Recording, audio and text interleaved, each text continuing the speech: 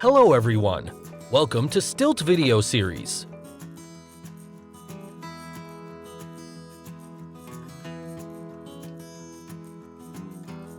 With the outbreak of the COVID-19 virus, more and more cities, states, and countries are going into total lockdown.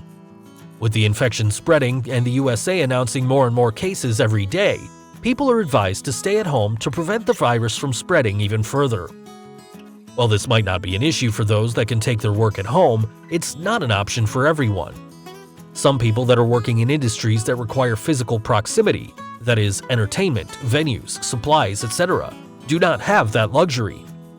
When you send them home, you are practically asking them to remain unemployed indefinitely, which can be rather problematic if you're there on a visa and have bills to pay.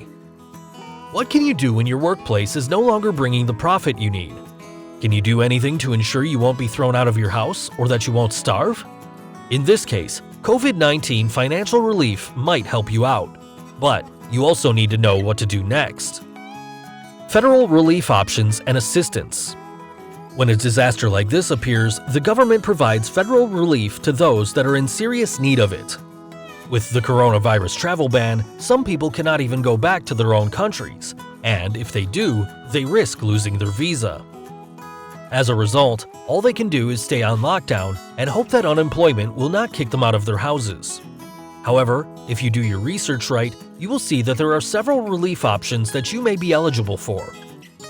$100 billion COVID-19 aid package.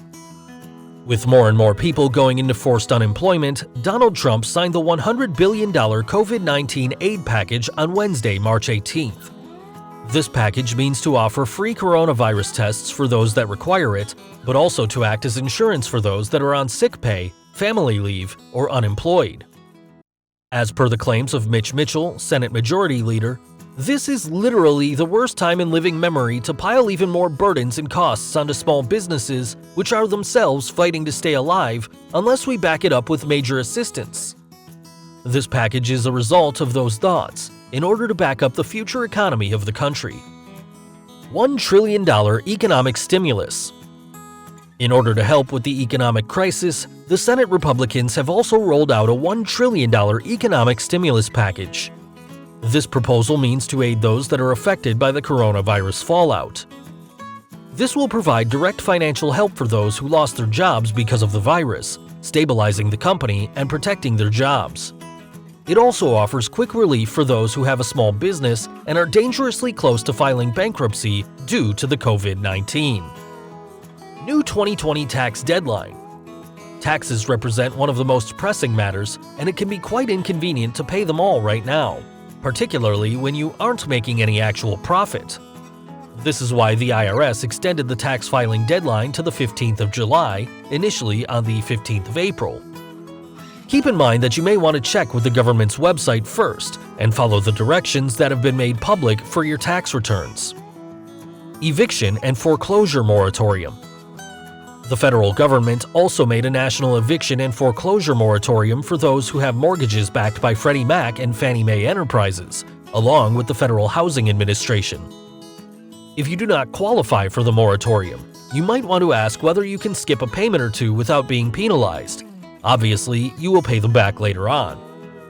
Other ways to prepare. Receiving financial aid from the government is not the only way for you to prepare. As long as you prepare beforehand, you should be able to keep yourself afloat even if you are temporarily out of work. Here's what you can do now so that you can have an easier tomorrow. Reduce spending and expenses. If you want to properly prepare for the following period, you might want to reduce your expenses. If you do not necessarily need something, then you should not buy it. You're on lockdown, which means you won't need at this moment to purchase those expensive shoes or buy anything too fancy. With more and more restaurants and fast foods shifting to delivery mode, it might be tempting to order in every few days to stay fed.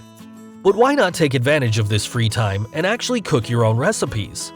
Not only will it help you pass the time, it will also help you save money on food. Work with your lenders. Nowadays, more and more lenders are offering flexible payment programs for those that have borrowed from them.